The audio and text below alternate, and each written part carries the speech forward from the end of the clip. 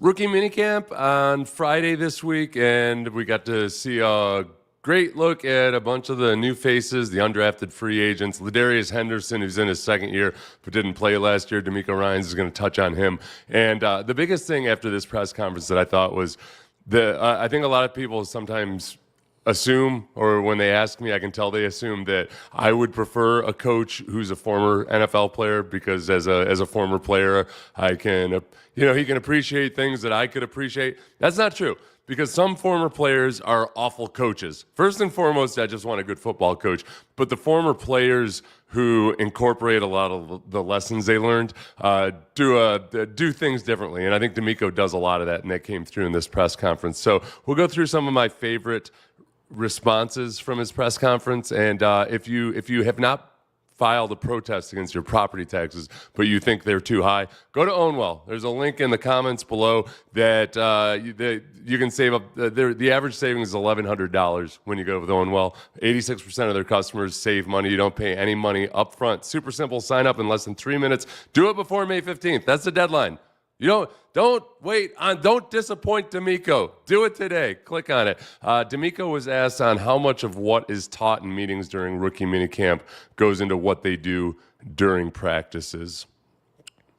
From the standpoint of film prep, so PowerPoint prep, but a guy's not just sitting in the meeting rooms, also getting guys up, walking guys through things. So our coaches do a really good job of teaching guys, and I think that's always the beauty of coaching, trying to figure out how different guys learn and how you can connect and make that guy get it, make the information stick so a guy can go out and play fast. We don't want guys lining up thinking about what they have to do. We want our guys playing fast, and that's what teaching is all about. Okay, so right there, no big deal, right? I'm going to plug this. Let me know if you can still hear me, because I plug the headphones in so we don't get that feedback and that echo. The big thing there is guys not having to think too much, just going out it. The dumbest and the simplest and the most boring advice I always give to rookies is know your playbook. Know your playbook, know your playbook. When I was a 10th year veteran, I still had a little set of orange cones, agility drill cones, that I would carry around in my backpack so I could do walkthroughs on my own. And that was one of the things I liked about DeMeco, was mentioning getting guys up, getting them around, moving. Half of us on any given team have either diagnosed or undiagnosed ADHD. That's the nature of the sport. It's 4-second spurts. ADHD is a superpower when it comes to football. When you sit around in a meeting for 2 hours watching film, rep after rep after rep, we don't respond well to that. And I had a conversation late in my career with one of my position coaches about, like, hey, listen, man, like, some of these young guys, they need a walkthrough. So you get up and you do walkthroughs more often. I think DeMeco totally 100% understands the mentality of the players when it comes to that. And then just knowing your playbook, and because first and foremost, coaches want to trust you. And if you're a rookie and they can't trust that you're going to go out there and actually just execute the called play and make the right reads and checks, you're not going to get on the field. So first and foremost is establishing trust. It's good advice for any young person, actually. Just, you got an internship. You don't have to impress them with your ingenious ideas about superconductors. Just show up on time and do your job. Be sure the coffee is hot, and then you can start working on the other stuff later. Next question on why they decided to bring undrafted rookie Junior Tafuna, the defensive tackle, in. Yeah, the thing I saw with Tafuna is a really big, strong guy that is very versatile. I like him in the run game and in the pass game. I think he does both. Young guy who can come in and add some depth to our interior defensive line. That's what we've been looking to do, is continue to upgrade that position, find younger guys who can help us out there. I think Tafuna is a guy who's seeing his college tape, he can help us.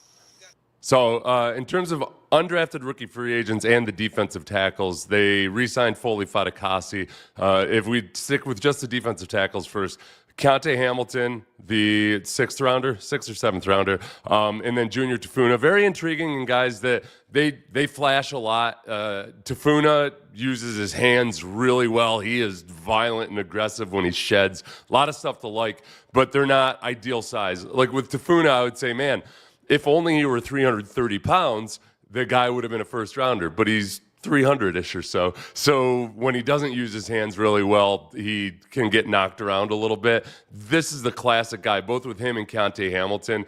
They show a natural football playing ability, and they show a refined technique enough that there's something there.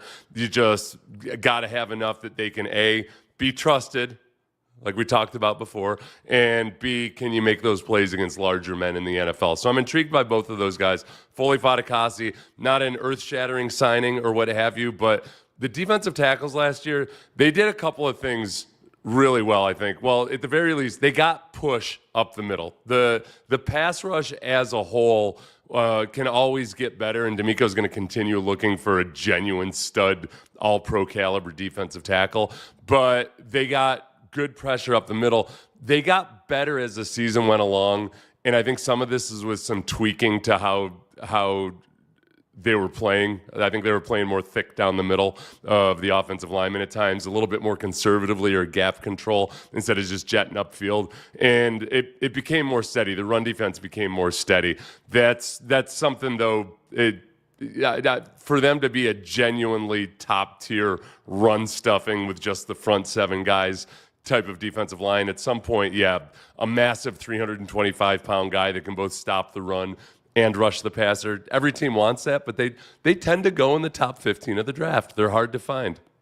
Next question was on what he wanted to see from guard LaDarius Henderson. Played tackle and guard in college. The Texans look at him more as a guard, but didn't get to play last year because of a couple of foot injuries. But Nick Caserio on Payne and Pendergast said that he's had one of the most impressive physique transformations this offseason. This is DeMeco on LaDarius.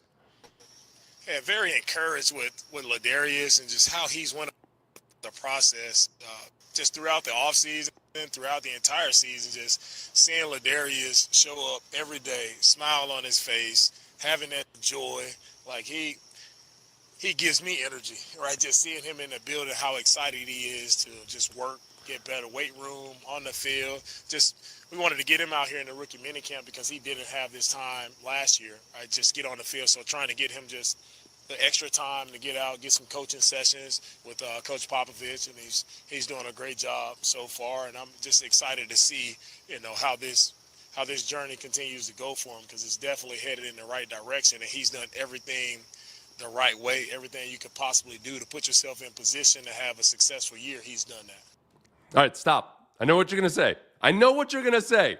Hey, wait a second. Weren't they saying the same things about Kenyon Green last year? Yes, they were. But I tweeted this out. I tweeted Nick Caserio's comment about LaDarius Henderson having an impressive physique transformation. And you would have thought that I had tweeted that he was going to be all-pro this year or something. It's a nice nugget. It's a morsel of positive information, and do with it what you will. It's a positive development for a guy that is intriguing. He wasn't as consistent in college as he could have been given his athletic ability and all of that. But the Texans coaches like him. The body transformations last year that were very, they're really accurately optimistic. I would say Henry To'oTo'o came back as a sleeker guy. He described himself, this isn't me saying it, but he described himself as, was it either fat or doughy, whatever it was, in his rookie year. He came back, told his wife to just lay off on some of the super tasty food that she was cooking for him, and he was a better player in year two. Will Anderson was just fine in year one, obviously, defensive rookie of the year. He was noticeably more jacked up when he came back for training camp, and his stats got more jacked up appropriately. So it doesn't mean LaDarius Henderson's going to be awesome, but it is intriguing. You go back to various late round or undrafted rookie free agent offensive linemen from the past. Mike Brazel comes to mind. Mike Brazel, who I believe was undrafted, ended up being a really quality starter for the Texans for a long time. So I think it's a clean slate, and every single guy out there, whether they're a veteran or a rookie, is genuinely going to be competing for either a starting spot or a spot on the game day roster. I think that they're doubling down on competition this year on the offensive line, because they had the opposite of competition last year during training camp. And I don't know if you guys noticed or not, but CJ was the second most sacked quarterback in the NFL. It was kind of a thing. On stories that DeMeco can tell the rookies about when he was a rookie. Seeing Jayden and Jaylin together is just, I think it's very comforting for those guys, like being able to work together in college for the past couple years and being able to be drafted to the same team. I think it's a unique situation for them, but I think both guys will benefit a lot from it just because they have someone to lean on. A lot of times you get drafted and you go to a new city in a situation where you're trying to learn a lot of new things, learn new surroundings, and you trying to learn new people as well. So I think they benefit from having each other, right? Having that brother from college to be with you throughout this process is only going to help both of those guys, I think, speed up their transition to the NFL. Yay, brotherhood. Okay, the only two notes of note that I saw from minicamp yesterday were that Jayden Higgins is indeed a large human being. He is a big wide receiver. He's 6'4", 200 and whatever pounds he is. And the thing that's intriguing about him, where I feel like, it's, predictions about draft prospects are just always hit or miss, but because of his size and because of his sure hands, had one of the lowest drop rates among the drafted wide receivers last year. And because he is reputed to have a very good work ethic, he improved, all throughout his college career. It's hard to envision him not getting opportunities just by virtue of his size and then his ability to reel it in on 50-50 catches or on balls that are well placed where only the right wide receiver can catch it, and he's got that long catching radius. I'm very optimistic that he's going to be a factor. The ceiling, you just never know. That's up to him, and that's up to his natural ability and all that. But I think he's going to be immediately usable by the Texans. Jaylin, Noel, and we've discussed this already. If you look around various places on the interwebs, people will say, well, his drop rate was 6 or 7% or whatever it was in college. His drop rate by his final season was actually a better than average drop rate. It was 3 point something or other percent. And it got better each of his last 3 seasons. So I'm not worried about his drops. He did have 5 muffed punts in college, so we'll let Frank Ross worry about that and see exactly how he adapts to the NFL game. And we'll get to the UDFAs here at the end of this. I saw that Isaiah Gooder, I never know how to pronounce your name, and I think you've told me before. I'm just going to say Isaiah. Eli Cox might be a UDF player to keep an eye on this year. British Brooks was fantastic, but IR set him back. Can't wait to see what these guys got. Eli Cox, very, very intriguing because he's very athletic. Some of his combine results were some of the best by a center in the last few decades. The production in college wasn't commensurate with his athleticism. He's a guy, he's got shorter arms, like very short arms by center standards. And sometimes that's a big deal, sometimes it's not. But he struggled against size and power, and that's a classic thing that athletic guys with shorter arms will struggle against. But there's definitely upside there, and I'm intrigued by him as well. I'm not trying to poop on the guy or anything, but there's definitely some intriguing UDFAs that we'll talk about here at the end. DeMeco on new offensive coordinator Nick Caley.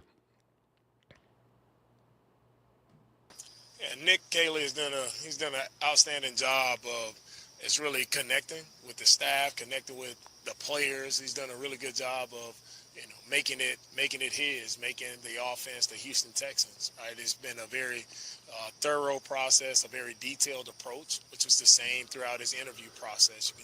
The energy is on 100 every single day. So I love the positive energy that he brings, the smile, the joy that he brings to work every day, and that rubs off on the players. So he's done a fantastic job of that. It's been great working with him, and I know he's going to do a really great job of leading, that side of the ball. This is one thing that I don't want to be guilty of just wanting the opposite of what I had before. Texans had Gary Kubiak, and Gary Kubiak was very much a player's coach, more laid back in his demeanor. He could get nasty in meetings. He didn't show that side of as much. He was awesome. Kubiak was awesome. O'Brien, different type of dude.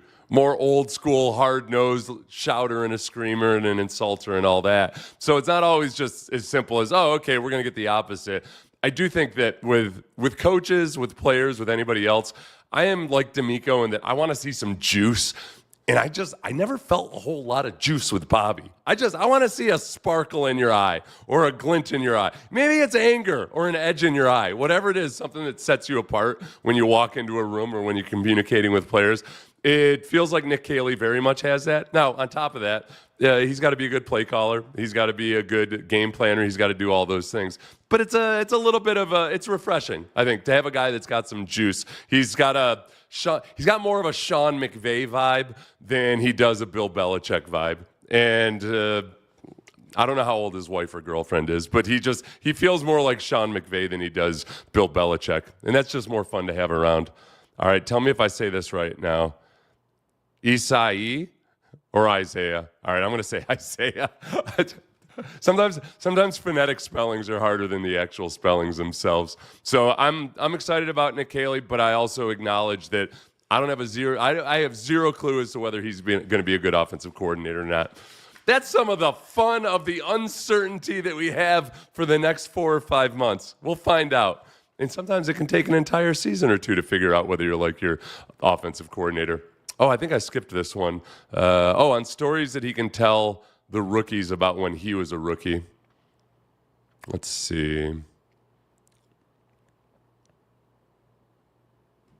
I didn't tell him a story about my rookie year, but one thing I remember just from being a rookie, and it's just you just attack the process. Just like, why were you drafted? And I always have to remember, like, when you're drafted, why were you drafted? Obviously, someone saw something good in you in college. So continue to be who you've been. Like, don't get to the NFL and try to, I always tell the guys, don't try to make yourself just lower than the vets. So I'm looking up to the vets. Come in, and if you were the man in college, be the man here and do it in the right way, in a humble way. But we drafted these guys for a reason. Like, we're not waiting on guys 3 years down the road. We drafted guys, and my message to them, we drafted them for them to help us out right now. So understand the sense of urgency. Congratulations, you're here as a rookie, but now what? Like, you have to come in, you have to help us, right, win games. That's what it's about. That's funny because you can err in one of two directions as a rookie. You can either come in thinking like, yep, oh yeah, I was the SEC player of the year in 19, whatever it was. You can be too cocky, or you can come in and sometimes put guys too much on a pedestal and feel like, oh, this is the NFL now, and man, everything's going to be so hard and be so crazy. And it's not. If you got the physical ability to do it, and if you work hard, you can make plays. The best advice I got, or some of the best advice I got as a rookie, was from Dave Thomas, the defensive back. He's a gigantic cornerback, but he just told me his locker was next to mine. And he would tell me every day, hey, man, just be sure you show up today. Show up every day. And in terms of making yourself notable, make a play, make an impact. You're going to screw up. You're gonna make mental errors, even as you're trying to be that rookie that knows the whole playbook and everything. But you got to show up. You got to figure out a way, somehow, some way, to make a play, to burst in the backfield. And you think about like a young pitcher. If a pitcher throws 99 miles per hour, he doesn't necessarily have to have great control. They're going to notice him and they're going to work with him. They're going to figure out a way to keep giving you chance after chance after chance. So as your head is swimming and everything else is going on, show up, make a play every single day. And I think that's, like DeMeco's really cool in that like, obviously this is not at the old NFL where rookies are getting hazed or taped up to goalposts all night long or anything. I'll have to tell a story about the Saints and stories I heard about the rookies and how they got treated with the Saints back in the day. It was brutal. But that's and some of that is these last couple years, and so far this year with this draft class, I think DeMeco has done a much better job than his two full-time predecessors. I'll say because Kubiak and O'Brien were full-time predecessors, and then DeMeco combined with Rick Smith when it comes to, DeMeco combined with Nick Caserio has done a better job than O'Brien or Kubiak did working with Rick Smith or Brian Gain or Jack Easterby in genuinely identifying football junkies. Because character is hard. It's hard to define and find actual football character. And sometimes what coaches end up doing is they'll get guys that look good on paper and they're Boy Scouts and they say yes sir, no sir. And they were Dean's List in college and they love their mamas, but they're not football junkies. And it shows up in the attitude and the spirit of your team. I think DeMeco's done a really good job of drafting guys that are just flat out football junkies. And it's nice. It's nice when you can be around as many of those guys as possible. DeMeco's got a good eye for it. I don't know if Caserio working with DeMeco understands now really what DeMeco wants and what that extra little lanyap is when it comes to how bad do they want it, how much are they willing to sacrifice, all of that. Last one, always a topic, especially during training camp, but even now during rookie minicamp. This is DeMeco on rookies getting acclimatized to the Houston weather. And it was like, 80 degrees yesterday? Yeah, I had to tell Jaylin Swift, I thought I heard him say the word hot out here. And as we all know, in Houston, as of right now, you cannot say the word hot. This is winter for us right now. This is outstanding weather. So I just wanted him to understand, like, if you think this is hot, you're in for a long training camp, buddy. So, now, fun moment, though, to see the rookies and getting acclimated to Houston. It's different in Southern California. So you got to get some mental toughness. I'll tell you what. And then he disappeared right there at the end. Did you see that? Let's watch this illusion of this glitch of YouTube. You got to get some mental toughness. Yeah, just gone. Like David Copperfield made him disappear or something. Sometimes he does a fun dramatic exit, and we were robbed of that. We were cheated of that. The Heat. Listen. I know you native Houstonians. Just act like us that grew up in cooler climates or soft or what have you. And it's true. It's very, very true. My first year in Jacksonville, which is same latitude, same humidity, heat index in general, I'd never felt heat like that. I can remember one day during workouts in the spring still, not even before the final minicamp or anything, where we were running gassers, and I just started almost having a panic attack. Like I'd never felt heat like that before. And I would lose like 15, 20 pounds during a training camp practice. And that's when I discovered salt pills. As a guy who grew up in a climate where my college coach once, I can remember Jim Hoffer, love Jim Hoffer. But I remember one day out at training camp, he was talking about how brutal and how tough we were going to have to be because we had already had 3 or 4 days where the temperature was over 90 degrees. I'm like, now I look back on that. Like, what a wimp I was. I didn't know what a salt tablet. I thought a salt tablet was a joke about old, stupid football coaches from the 1960s, like on King of the Hill. Coach, I think I swallowed too much blood. Take a salt tablet.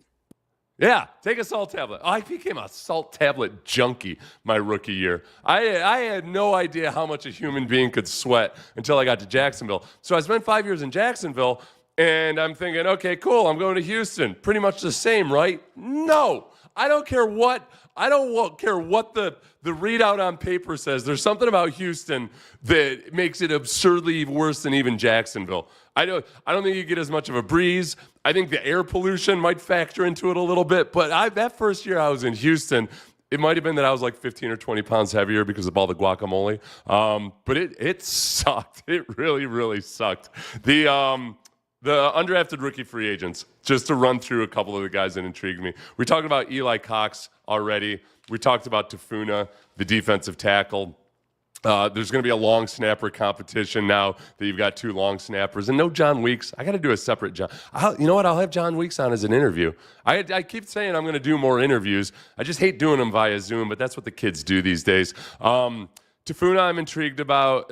Daniel Jackson, the wide receiver out of Minnesota, because we only draft from 3 or 4 colleges these days. So Daniel Jackson, produced in college, very sure hands, and yet is on a team where it's going to be really hard to make the team. He's going to have to show up on special teams. And it's interesting, one of the notes I was looking at Lance Zierlein's notes on him. Doesn't have a lot of special teams experience. So he's got the athletic ability and all those other things, and I think that he's maybe a practice squad candidate, but it's going to be hard to make this team as a rookie wide receiver this year, given the composition of the room. And the competition really in a lot of ways is going to be Xavier Hutchinson versus John Mechie, I think. Eli Cox, as we said, intriguing. And, that 6'10" tight end who was out there yesterday on a rookie tryout. He's not under contract. If there's one thing I've noticed about Nick this year, there might be a little bit of a theme in going for length on offense. I mean, you look at, they brought in Trent Brown, who's 6'8". You draft Ursary, who's 6'6", and 6'6" doesn't necessarily sound that tall for an offensive. He's a big dude, man. That is a large-framed individual. And then obviously you draft Higgins, who's 6'4". I think there might just be a theme of them wanting length. Maybe it's just dumb luck or random, whatever. But that's just one little theme that we've seen. As far as Ursary, I think with Ursary, he is gonna play tackle probably. If I had to forecast it, I don't think he plays guard at all. I think they want to see him at tackle. I'm a little skeptical about just how easy the transition or hard I'm skeptical of it being an easy transition to him for guard because he's a really tall guy, but he doesn't play with great knee bend, and that's tough sometimes for guys like that. I'd rather just hopefully everything on the inside works out well. Guys stay healthy. We feel good about the three guys who are starting, and there we are, off to the races. Top 5 rushing team. Damn it. Open the windows. British Brooks got injured, but I think they're still very much going to give him a chance to compete at fullback. Look, for a guy that never played fullback before, he came out and just nailed it a couple times in that one preseason game. Let's see, culture. I saw this earlier. Culture gets in the way when it comes to giving chances, but I feel it's only a few of the chance players left. After that, it's either you impact or leave. That's a really good point. I could take that a few different ways, but I think you're probably on the same page as how I think about it. You don't want to keep guys around just because they're good culture guys. I don't think you don't want to pay guys exorbitant contracts just because they're culture guys. It needs to be in tandem with the actual production. I think O'Brien got to a point there where he was giving some guys league-leading contracts, but that didn't actually play up to that level. They were just good culture guys. And that's what happens when a coach gets desperate and starts feeling like, oh my gosh, what happened? I looked up and our culture sucks. What do? I'm going to reward culture over performance. And I'm going to get rid of the guys who perform, but I don't think they're necessarily the right culture fit. It's too little too late, or if anything, it's too much too late. It's too drastic too late. So O'Brien, I feel like he made some drastic decisions in lopsided trades, most notably with Hopkins and with Clowney, and then also doubled down by giving contracts to guys like, I love Whitney Merciless, and I think he's all-time one of my favorite Texans, but the contract they gave him because he was a good culture guy towards the end of his career, that was like you're a little bit too desperate for culture. And then Laramie Tunsil, it's a double whammy. I mean, you spend a gazillion picks to get him, or at least in pick value. And then I don't know if he was necessarily the right culture guy to remedy a culture. Don't make me relive it. Why are you guys making me relive this? But it's a good point, Knuckles, if that's what your point indeed was. Let's see. Okay, cool. Exactly. Let's see. Saw a little video of yesterday's practices. It looked to me like just about everyone was big, even the shorter guys. That's a good point. One thing that Nick said when discussing Jaylin Noel on Payne and Pendergast, weekday mornings, 6 a.m. to 10 a.m., was that we were talking about smaller receivers, and he was talking about guys who play bigger than their size, or they're bigger than whatever he was. It was a kind of an oxymoronic statement, but it makes sense. You look at Jaylin Noel, he's just, even though he's a smaller guy, he's kind of rocked up, and he benched 23 reps at the combine for a small, not just a wide receiver, but a smaller wide receiver. He's a strong guy too. So yeah, I think that just the old school, hey, there are some things about football where don't oversimplify it. There's a lot of value in just being bigger, faster, and more violent than your opponent. Violence is good. Football violence. I'm a fan of it. Okay, last couple. Hopkins trade is the worst feeling I ever had, short of finding out someone I care about died. We relived the Bill O'Brien era with his iconic quotes. I guess that makes us even. All right, appreciate it, guys. I'll try to react to another couple of the rookies' press conferences sometime this weekend, and do a couple extra things on my members-only live stream that you can. I'll add the link below. It's 99 cents a month. Super affordable, even in this economy, damn it. And everybody have a great rest of your day. If I don't see you before Mother's Day, I hope all the moms in your life have a great day as well.